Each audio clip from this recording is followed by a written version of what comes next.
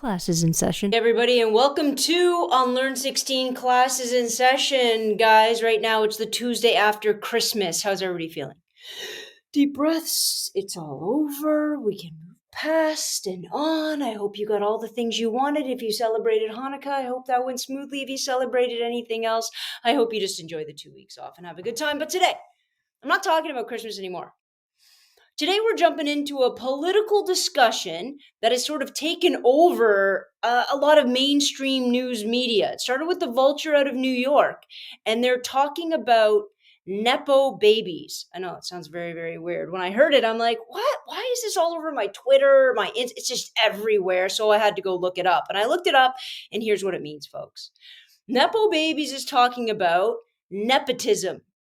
Specifically, it's attacking Hollywood, let's say mainstream Hollywood and acting and the singing industry and everything that's going on there. Everywhere the arts is going on, it's talking about nepotism and how nepotism is sort of feeding the next generation of who gets to be famous and who gets to get their Hollywood star of fame and all of those kinds of things. Now, initially I started looking it up going, yeah, that's what happens. And I'm thinking, how many babies do I know? And boom, right away, the first one that comes to my mind, which nobody talks about anymore, because it's like once the generation is passed, nobody talks about it. So the first one, obviously, I have Jamie Lee Curtis. Why? Well, because she's in movies all the time now, and everybody knows her famous mom and the famous shower scene and all of that. Now, when we look at Hollywood, I think people like to be hypercritical of how people got there. So right now, and it's exhausting, right now, people are like, these individuals don't deserve what they're getting, right? That nepotism, that who your mom or your dad is, has somehow paved this golden path for your future. I have one question for everybody listening and watching. Where isn't that true? It is true everywhere. You guys know it. I know it. I love it how we look at Hollywood and say nepotism reigns supreme in this industry, but not anywhere else. Donald Trump got to be president of the United States based on nepotism, and not in the political spectrum, but the wads of cash that he amassed. Where do you think that comes from? Where do you think that comes from? Where do you think kids get to take over the family business? What, that's not nepotism? Where do you think that people that gain generational wealth that can change everything, where you go to school, what jobs you get, who you hang out with after school, what country clubs you go to, what day camps you frequent? This is all nepotism in practice. Yet, these individuals love to sit and look at movies and Hollywood and somehow demonize them for what every other person is doing. Now let's look at Hollywood for a second.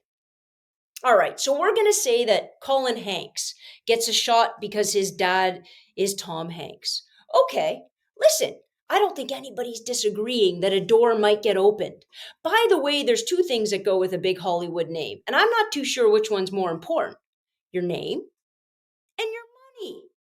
Listen, your money is a gateway to so many different things. I'm going to circle back around to that. Let's assume we're just talking about acting for a minute. Let's assume we're talking about an actual talent, and we're talking about this idea of nepotism.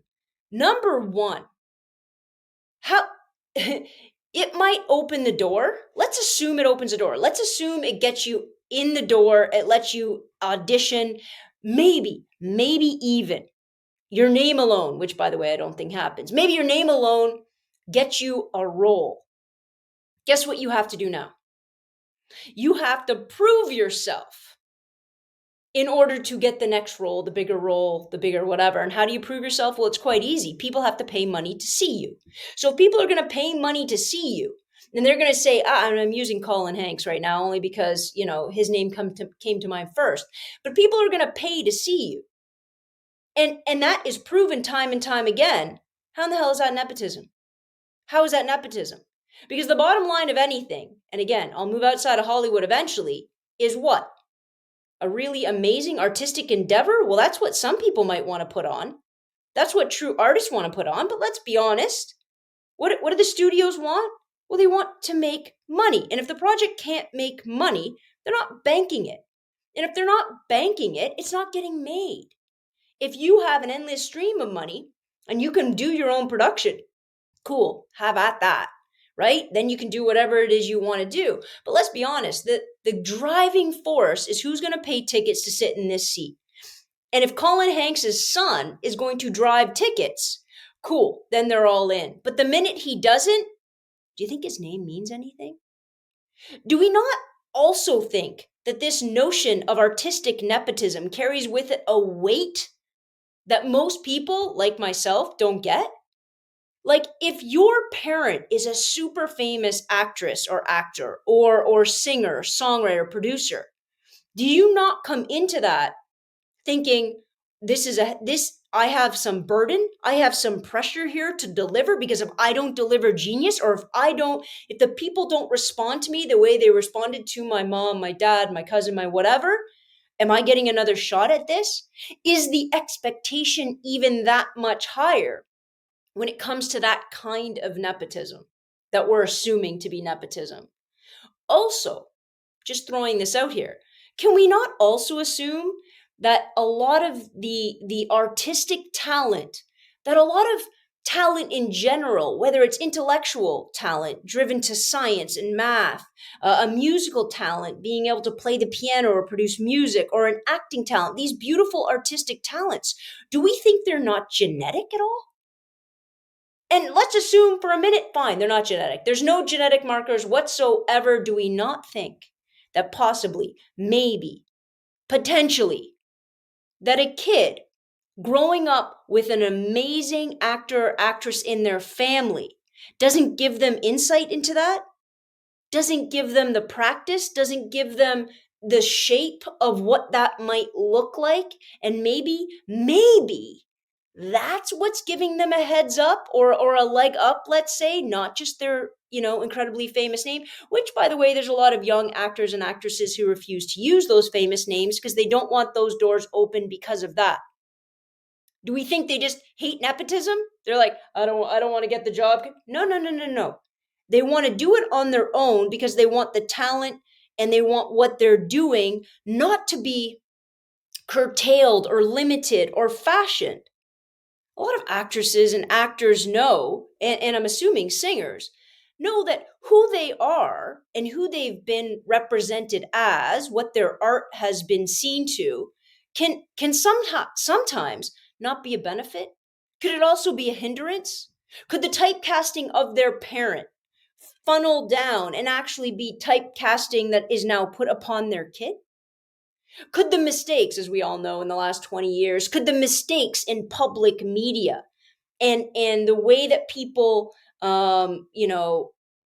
dictate who they get to be and how they're seen and how they're perceived by the rest of the world, we don't think that somehow that could be a negative impact on this whole idea of nepotism? Do we think that maybe, possibly, young kids that have gone with their parents to set see the way it works? Do we think maybe, possibly, they've gotten an inside education? And I do use the word education about the set and a movie and method acting and all of that kind of beautiful stuff. We think they wouldn't actually have a leg up. They might not have the talent and a growing level of expertise that maybe a lot of other kids don't have. Isn't that possible? And I'm so tired of people condemning Hollywood as though it's different than real life. You want to know what? I don't think it's different than real life. I really don't. I think the cars they drive are nicer. I think that people in Hollywood, people that make movies, have a lot of the same lives as all of us. We just experienced Christmas, right? All of those people have the one relative who's nothing but a pain in the ass. They all have infighting of family members. They all have subtle barbs at the table. They all have the person who doesn't bring gifts and everybody else brings gifts for them. They have the person who never brings food or it's never at their house. Listen, everybody has that shared experience. And everybody has, I think, skeletons in their closet. Everybody has stuff they go through when they're 19, 20 years old. But for the actor or actress or the singer, these famous people, they get to have their lives spray painted all over. Well, it used to just be the tabloids, but now, guys, it's spray painted over every social media app ever.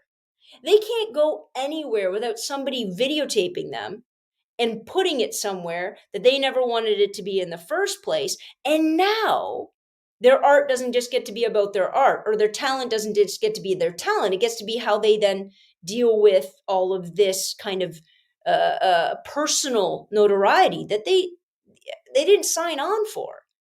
I know a lot of people are sitting at home going, Joanna, come on. They're famous. They want to be famous. So that's what they signed up for. Sure, in some capacity. But holy crap, guys. In another capacity, think about it. People, you can't go anywhere public without people filming you constantly. You can't go to a party. You can't have a drink when you're 19. You can't break up with your girlfriend without somebody deciding that that is a story. Think about your childhood. How many of your 18-year-old boyfriend and girlfriend stories would you want publicized all over the Daily freaking Mail? It's asinine. And then to come down so hard on this nepotism thing, right? Especially when it's just not very self-reflective. Nepotism is a real thing in every single workplace you go to, in every single profession, everywhere. I'm going to use me as an example. Okay? I got a job at a private school. Now, am I related to anybody at that private school 20 years ago? No. I happen to be dating somebody who knew the guy that was handling admissions and sort of was the vice principal at the time. So what do I do? Well, I get an interview. Would my resume have been put to the top of the pile before that? No. So there's not nepotism because I wasn't related, but there was still a favoritism there.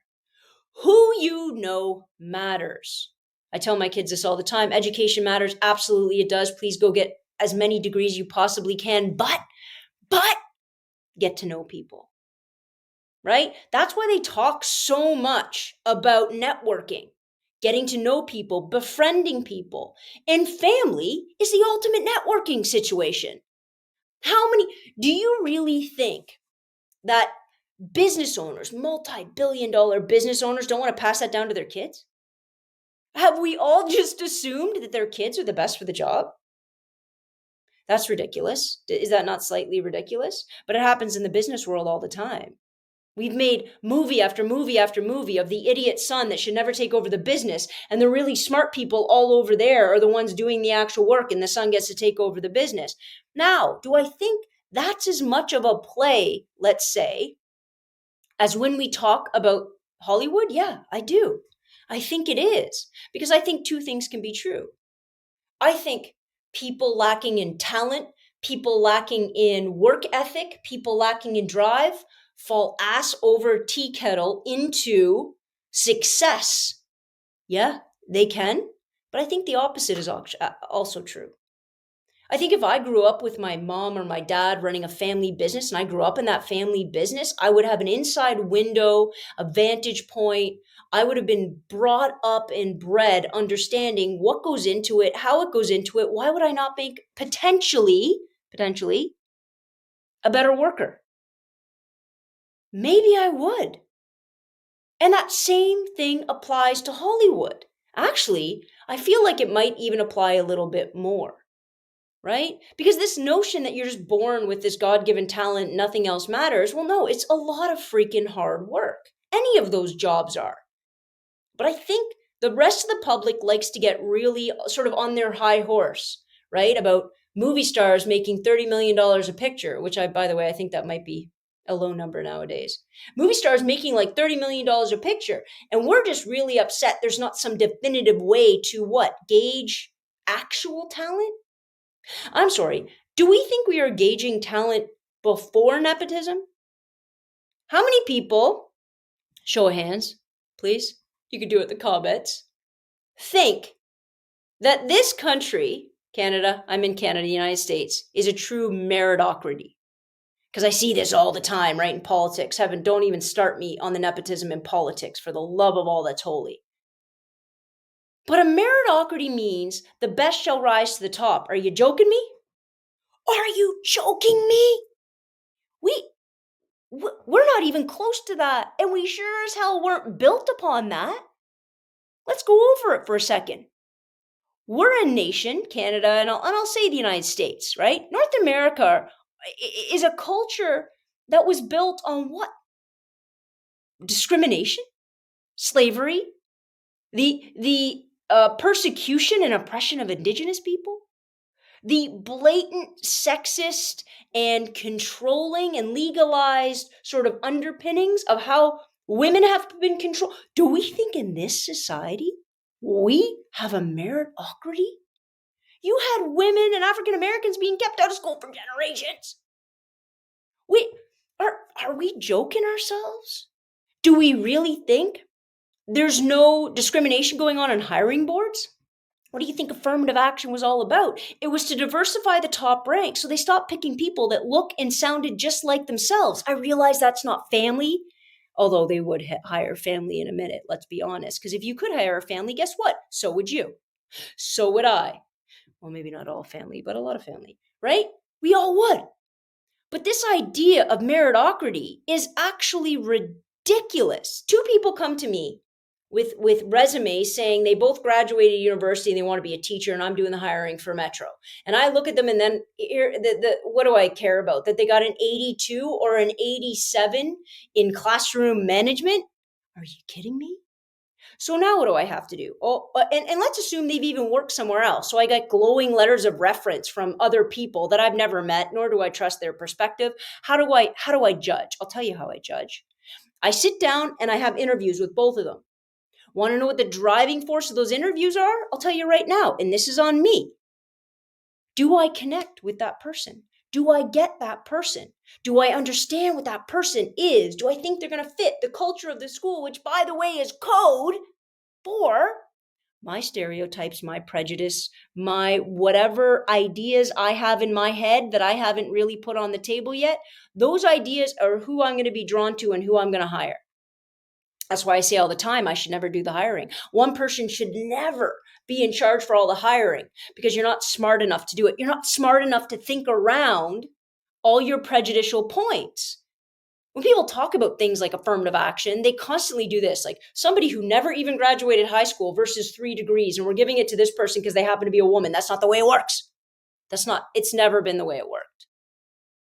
But this notion of meritocracy is really, really infuriating because I don't think it happens. I think we're getting better at it. I don't think people walk into it thinking, how can I just give advantage to a group of people? I don't think that's the case. But I think we all hire our friends and family before we hire anyone else. And anybody that says any different is flat out lying. Just lying. And then we apply that to Hollywood and we think it's supposed to be different there and we judge it differently there? Listen, let's also talk about elephant in the room, right? How do they look? How do they look? Listen, I love Brad Pitt along with the next guy, but if Brad Pitt were not a good-looking dude, does he get cast in Thelma and Louise? I say no. He doesn't get cast in Thelma and Louise. He doesn't get cast in Meet Joe Black. He doesn't get cast in The River Runs Through It. I don't even know if I'm doing those chronologically, but you get my point. Now, Brad Pitt has become a great actor. Did he become a great actor because people gave him a shot because he's the most beautiful thing in the world to look at? Or was he born a great actor? And if he wasn't this beautiful specimen of a person, does he get the shot? Ever? Does he ever get on the big screen? And we're talking about nepotism? I have a problem with that. I have a problem with it because it devalues two things. It devalues the talent it takes to do many jobs, whether it's singing, acting, teaching. It doesn't matter because I'm grouping this all together, right? It doesn't matter because all these things require talent. But guess who's going to be the final judge of who they are, who that actor is? Well, it's going to be the audience. And the audience and the critics are going to judge, are they good enough for me to pay my $15? And by the way, do we not think the critics are going to be even bigger, harsher, and more sort of aggressive on those like little nepotism babies that we keep loving the word for? Is that not product? Does that not tie together? Of course it does. And when you see that they're kids of so and so, I even think the audience might be harsher. Because if you like their parents, cool, you might get a heads up. But if you really like their parents and their kid doesn't live up, you're like, oh, well, obviously the blood's run thin here. Or if you really don't like their parents, are you going to be even a harsher critic on their work when they get on that stage? I don't think nepotism is really this grandiose thing that everybody thinks it is, because I think it happens. Of course it does. But I think what really opens up doors, and we never talk about this because heaven forbid, this is money. It's money. What schools do you get into? What schools do you get into?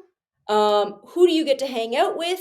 What are your, all of those actions, all of those things that are connected to how much money is in your bank account? That is going to open up doors for you. And as it opens up doors for you, there's the heart of it, right? What camp you can go to, what theatrical school that you can go to, what singing lessons you. I know there's a vocal coach in Toronto that charges $300 an hour. $300. You have you want to be great, you have to be like, fine, some people can be born with beautiful talent, but if you're going to have talent and then go get $300 an hour, dude, there it is. Meritocracy. And we really think that looks and aesthetic and race and sex and sexuality and all those things don't play when you get hired for any other job in this world? Are we going to pretend as though that kind of discrimination doesn't happen across the board? Yet we're just going to focus on nepotism? And meritocracy, and this is another problem. How the hell do I define that? Like, I often think about it when it comes to teaching. I think about it when it comes to teaching, firefighting, police work, friggin' working in, being a politician. What's the merit I can judge somebody on in order to do job A? Is it their marks in school? That doesn't seem useful. But that's how we judge a lot of people. We judge a lot of people even if they went to school, right? Is it their marks in school? Again, is it the reference letter? Everybody listening here right now knows for a fact that everybody has one of those bogus reference letters that's just to be nice. Why am I buying that? So, job performance. Okay, but job performance in a lot of jobs is what? Making, if I could ration it and say, well, I can make 37 widgets in under 40 minutes and those widgets are perfect. Okay, cool. That's tangible. But guys, think for a minute, just for a minute. How many jobs can be so easily measured? None of the important ones, I don't think. Oh, and by the way, on the widgets front, I remember when I was in high school and all the high school kids wanted to work at GM in the summer because you made insane money. Guess who got all those jobs? I'll give you two guesses, and the first one doesn't count. Anybody that was related to anybody already working on the line. Nepotism. Eaton's used to be like a convenience store, a department store in Canada. Okay, like a Macy's or a J.C. Penney, right? But it was like Canada's department store. Parents ran it. It was famous. Parents died. The kids took over. Bankrupt. Were those kids the best? I have taught kids that their parents have built up amazing businesses, and those kids are going to take over the business, and those parents and I know full well, don't do that. Oh, don't do that, but it's going to happen. It's going to happen because why? Nepotism?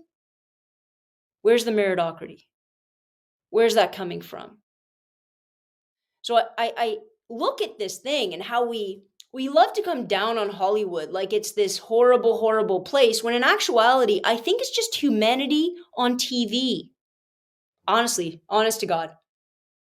When you think about the stuff that goes on and we hear about it, and by the way, we're always hearing skewed elements of it. When you think about the stuff that goes on with famous actors and actresses and all of those people in Hollywood, and you think, oh, how messed up are they? They're so messed up because they're rich and famous. And then take a minute and really dissect your family. We all just had Christmas. Go ahead, dissect it. Go ahead. You're not going to like it too much. Because you all know that if elements of your family could be picked apart and secret videos could be taken at that table in the Christmas of 2003 when your uncle lost it, we would all be on the front page of the Inquirer. Does the Inquirer still exist? Who buys tabloids anymore? Don't you just go to Twitter? But there's my point. My point is, I would love to think we live in a meritocracy where the best rise to the top. It's just not the case. And here's another thing. When we're talking about things like artistic talent, how are we judging it? Are we judging it by money? Well, guys, then that we have a problem there too, right? Don't we have a problem there? Are we judging it by who's the most talented actor and actress? Are we judging it by who's the hottest? I think we have a problem across the board when we believe as though we can judge somebody's substantive quality. I don't even know if that's a word. Please go fact check that for me. Substantive. There it is. That's the word. By one role that they have on screen, by one song that they wrote. Is that how it works? You know, I think about how Justin Bieber was found. Isn't a lot of it luck?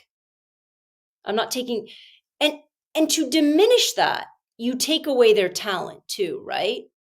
When you watch somebody, you know, do movie after movie after movie or have hit after hit after hit, I don't know, do you think that the regular public just wants to bring them down a notch? Wants to say that you only have that because of who your parents were? Well, let me be clear. I think a lot of us have what we have because of who our parents were or who we got to know or the money we did or didn't have. I didn't grow up with a lot of money, but guys, I grew up with enough money to go to university. I grew up with enough money to not have debt from that. I grew up with enough money to feel comfortable and confident in my position so I could actively go seek the job that I wanted to. Does that make me the best teacher? Does that make me the most qualified? Does that mean that the best me rose to the top? Or does that mean that things had to exist in my life to allow me to teach? Do I think that I'm a good teacher? Yes, I do. I feel confident. But I'm also not ridiculously naive to think that there's not better. And there's not better that we're kept out, which is why I fight so incredibly hard about this diversity and equity issue. You want to talk about Hollywood, talk about that. Because just like Hollywood is a microcosm of life, think about who's been kept out. Think about who's been turned down for the role. Think about who's never even had the potential to be included in the possibility of choice because of their race, because of their sex, because of their sexuality. Think about that. Think about all of the different ways that people have been kept out, because that's true of everything. Now, does nepotism factor into that? Sure, it absolutely does. Do I think that the rest of the world doesn't have nepotism? Please, please. But growing up in a family, I grew up watching my mom in being a nurse in a hospital. Do I think I could have been a good nurse? Yeah, I do. I think I could have been. Well, I faint with blood, but put that aside, right? Why? Because I think I was able to witness. I grew up seeing what a great nurse looked like. So if you grew up with a great actor in your family, if you grew up with a great business person in your family, and you have a modicum of talent, you don't think that I could possibly, maybe, potentially be something big? And I realize I'm going back and forth here, right, guys? I realize I'm really sitting on the fence. It's good I'm wearing red. It's a very liberal thing to do today. I'm very much sitting on the fence, but here's why. Because just the insane notion that we live in a meritocracy is absolute garbage. But the insane notion that kids of parents who do these amazing things that we love and that we admire and that brings something to this world, that those kids might not potentially have an edge in that particular business, that particular world, is ridiculous. Is ridiculous. And once your foot's in the door, guess what's going to happen?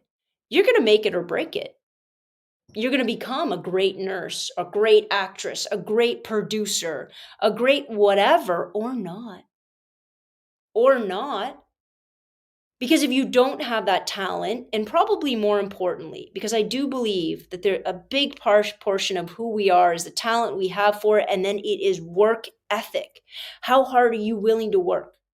How much are you willing to grind? How much are you willing to learn from other people and open your perspective and understand that you can learn from here and here and here and here? That has power. But what have we done in our world? Right? And it's funny when I read about like this kind of stuff in the Vulture coming from different newspapers or media sources, because we all know what the casting looks like on that media front, right?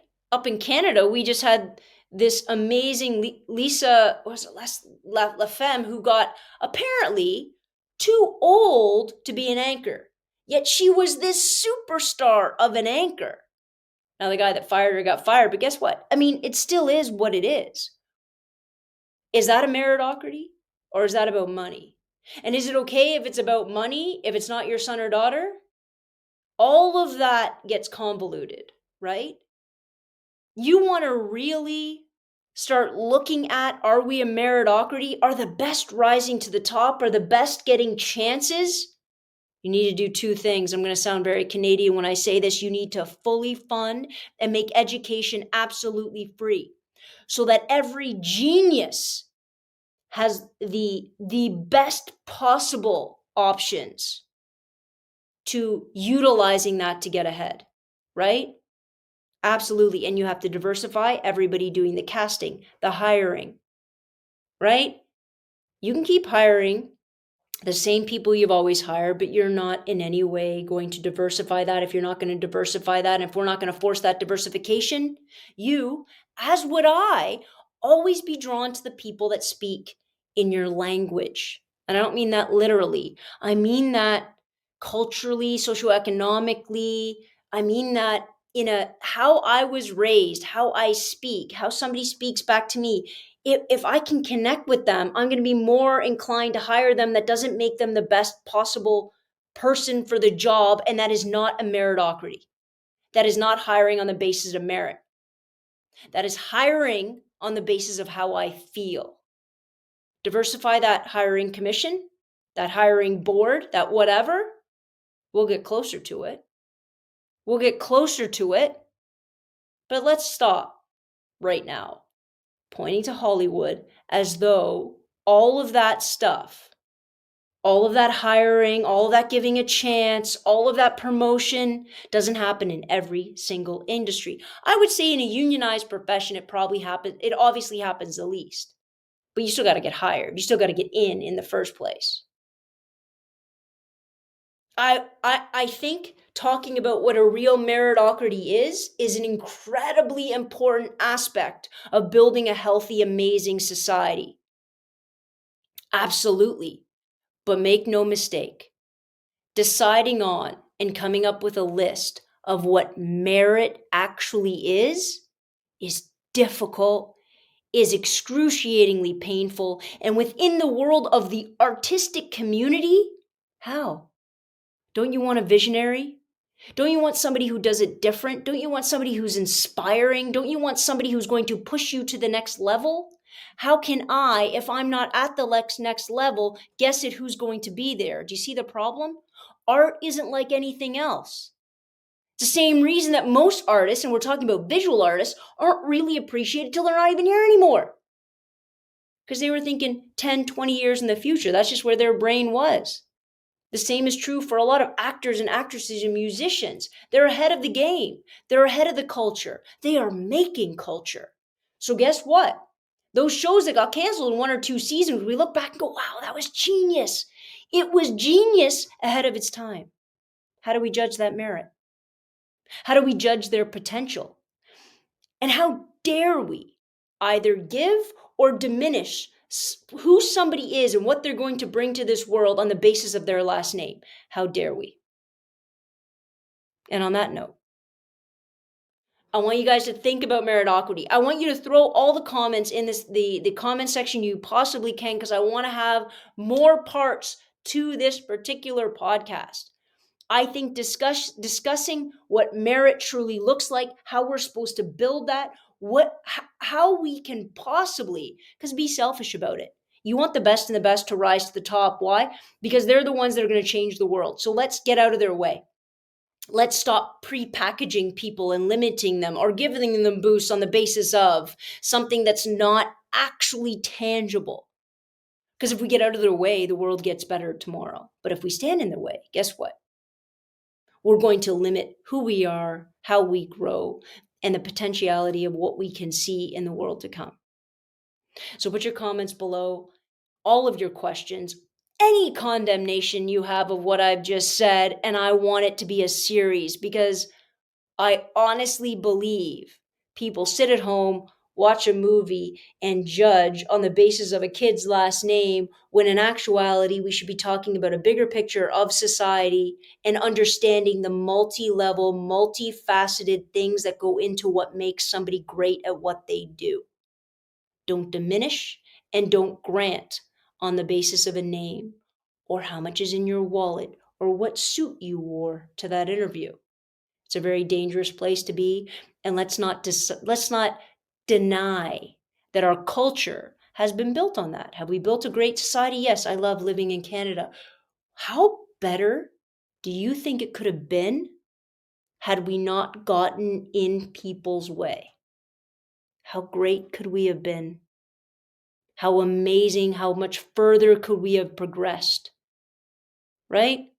So if you want to talk about something important, talk about that. But don't diminish people's accomplishments because of their last name. That's just embarrassing, when you really should be turning it inward and trying to figure out, how do we make the entire system better? And how do we stop demonizing Hollywood? And let's be honest, it's jealousy for what they've attained and the way that sort of nepotism and who you know works in that community, and deny that that's the way we built our entire society for the past 300 years. Food for thought. Thank you guys for hanging out with me today. I will see you next Tuesday. Same bat time, same bat station. Have a good week, guys. Dismissed.